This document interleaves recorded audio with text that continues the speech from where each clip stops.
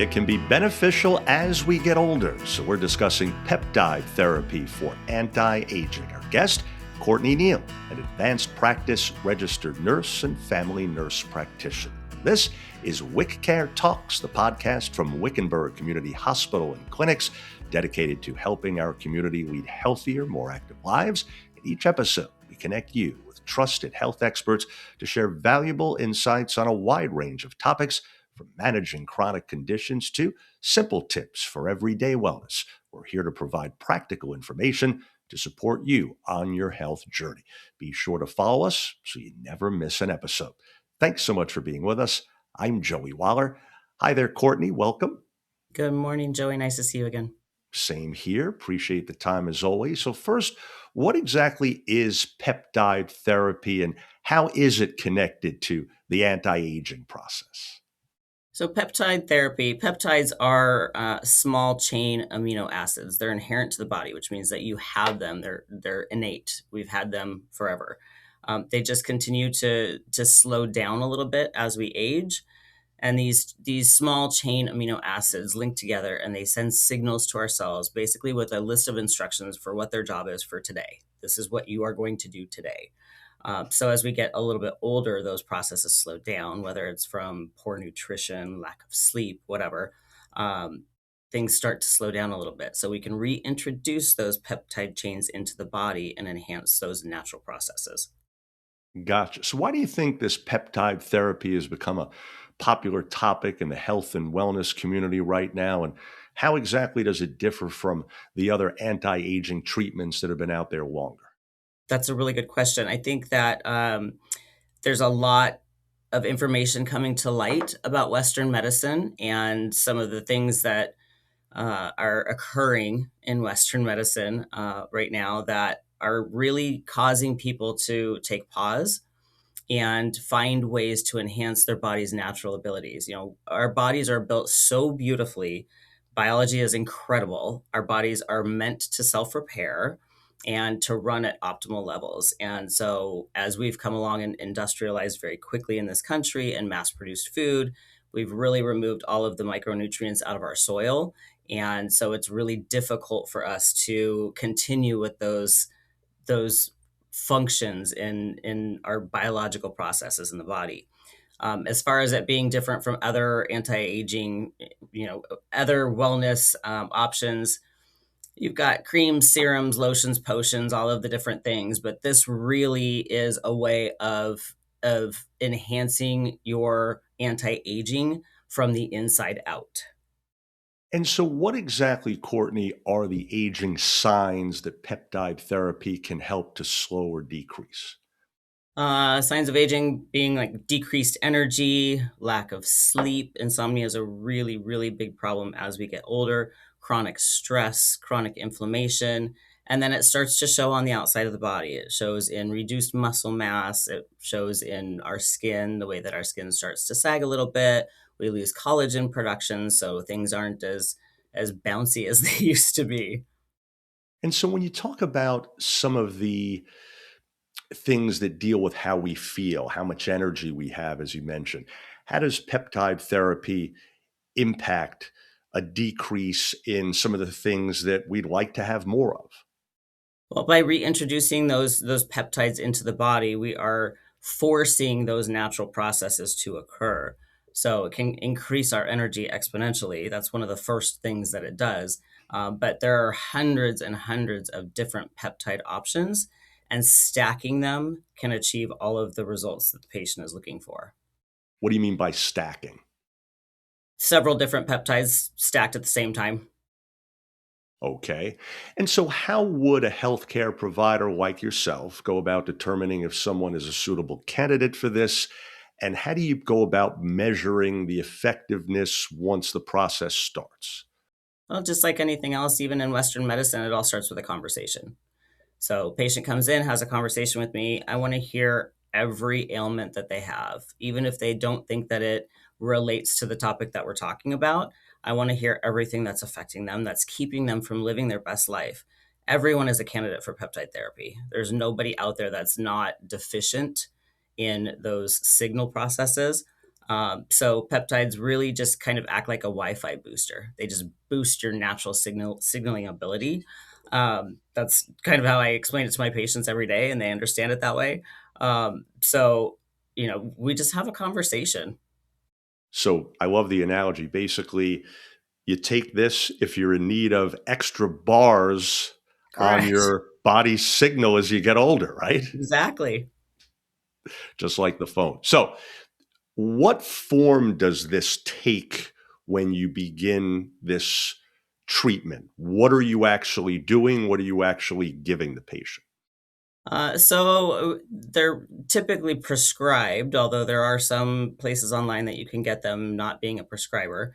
There are multiple forms, so that's part of the conversation. Are patients comfortable with doing self injections? Because many of them do come in injection form. If they're not comfortable with that, would they rather take it orally? So pills and tablets. But like we've talked about before, if those aren't liposomal, then a lot of that product is going to be destroyed by the gastric acid. So injections and troches, which are like they look like little wax melts, and they just go between your cheek and your gum, and they just melt away and absorb immediately. Um, so it just depends really on how the patient wants to take it. Is it just a matter of preference on the patient's part, or are some of these more effective than others? It's really just preference on the patient part. I typically will steer people away from taking them orally just because of the degradation by the gastric acid. But it's also up to the provider to determine whether or not a patient is comfortable giving themselves injections and how much we have a trusting relationship. Because once you give somebody a bottle of something that's going to make them feel fantastic, it's out of your hands how much they're using. Yeah, maybe talk a little bit more about that, Courtney. The fact that even though this is then in the patient's hands and they may be feeling better, you don't want to overdo it. So, how important is it to still use as directed, as they say, and remain under the care of someone that's an expert like yourself? Right. So everything should be used as directed. We'll start there. I see people all the time that titrate themselves on their medications, and that's a big no no because we understand what the levels are that we need your body to be at. And there is such a thing as too much of a good thing. So it's extremely important to follow the guidelines of the provider. So, what kind of a difference can people see optimally here, Courtney? Be it some of the physical changes in terms of appearance or some of the energy changes in terms of just getting through the day? They can see typically the energy is the first thing that they will see. They'll wake up and suddenly things don't hurt. We decrease the inflammation very quickly in the body. So, this is great for autoimmune disorders.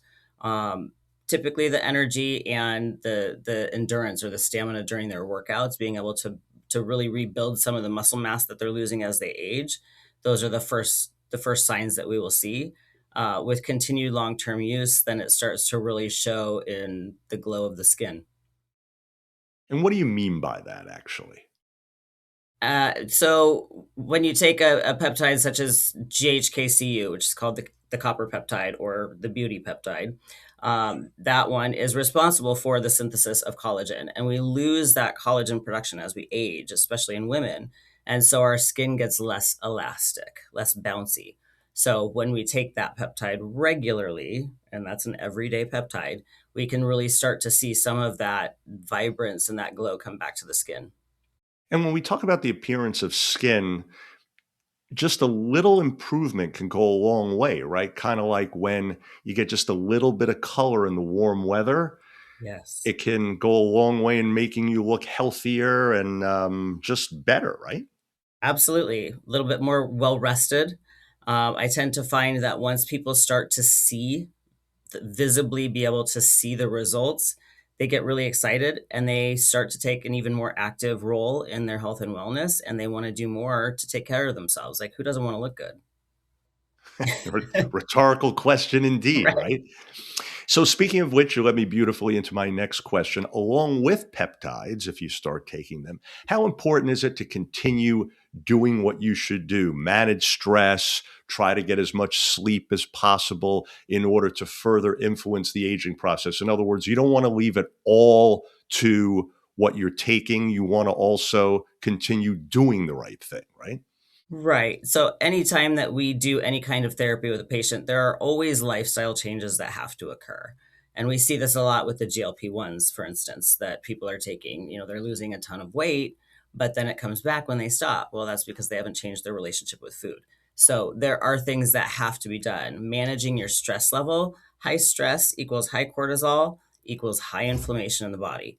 High inflammation in the body sets off a cascade of disease. Managing your sleep. Sleep is when our body heals. That's when we repair ourselves. So if you are not sleeping, 7 to 9 hours, really solid, good quality sleep, you're not repairing yourself at all. Right. Couple of other things. Any risks or side effects patients should be aware of before considering peptide therapy?